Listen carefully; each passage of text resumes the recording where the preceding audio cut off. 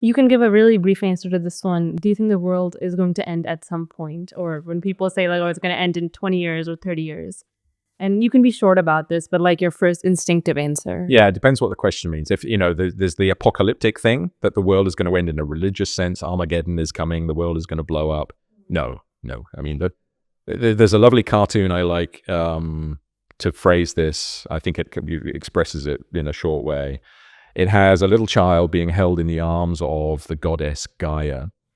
And the goddess Gaia is a very loving character. She's looking down at the child, and the child is looking up and saying, it's just a cartoon, it's not real, saying, oh, I feel so sad that we've screwed so many things up, and we're so bad, we might not be here in the future.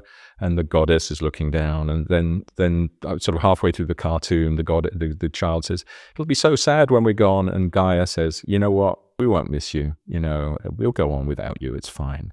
So the Earth isn't going to come to an end. It'll find another equilibrium. It will be disastrous for many animals, many species.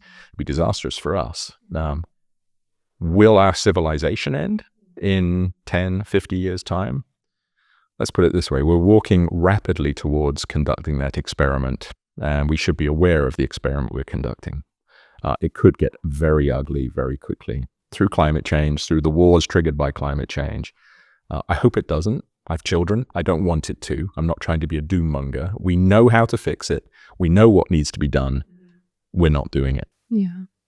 And the last question is, and you can take maybe a second to think about this, but if there's one advice that you think, like the best advice you've received in your life so far, what would that be? You can think about this one. Something you think that is really powerful. Yeah. I had a teacher when I was young.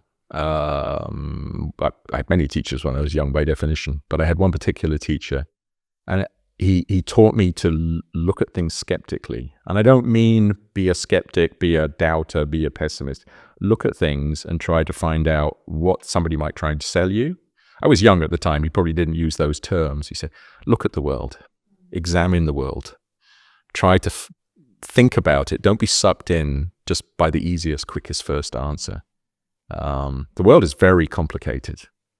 Much of what we do is, when we're engaged in daily life, is fantastically complicated, and we navigate our ways through it. But we do so by blocking lots of things out because it's too complicated to absorb all of that. Take the time, sit back, have a look. Have the right judgment. Try to. And ask other people as well, right? They may have better judgment than you. How to phrase it, right? But the other thing, and it's a completely different thing, which I've told my kids over the years, is remember, other people are different to you. And I don't mean that in the sense that you're better, quite the opposite.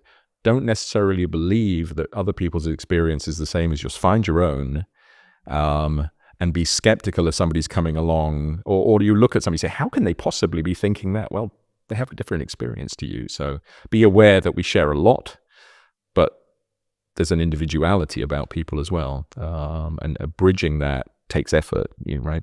Don't judge people for what they're doing necessarily, but also realize don't expect people to do what you want just because you think they'll do the same thing you want. Yeah, I think that's definitely a big takeaway. I've tried to learn that, implement that in my life as well.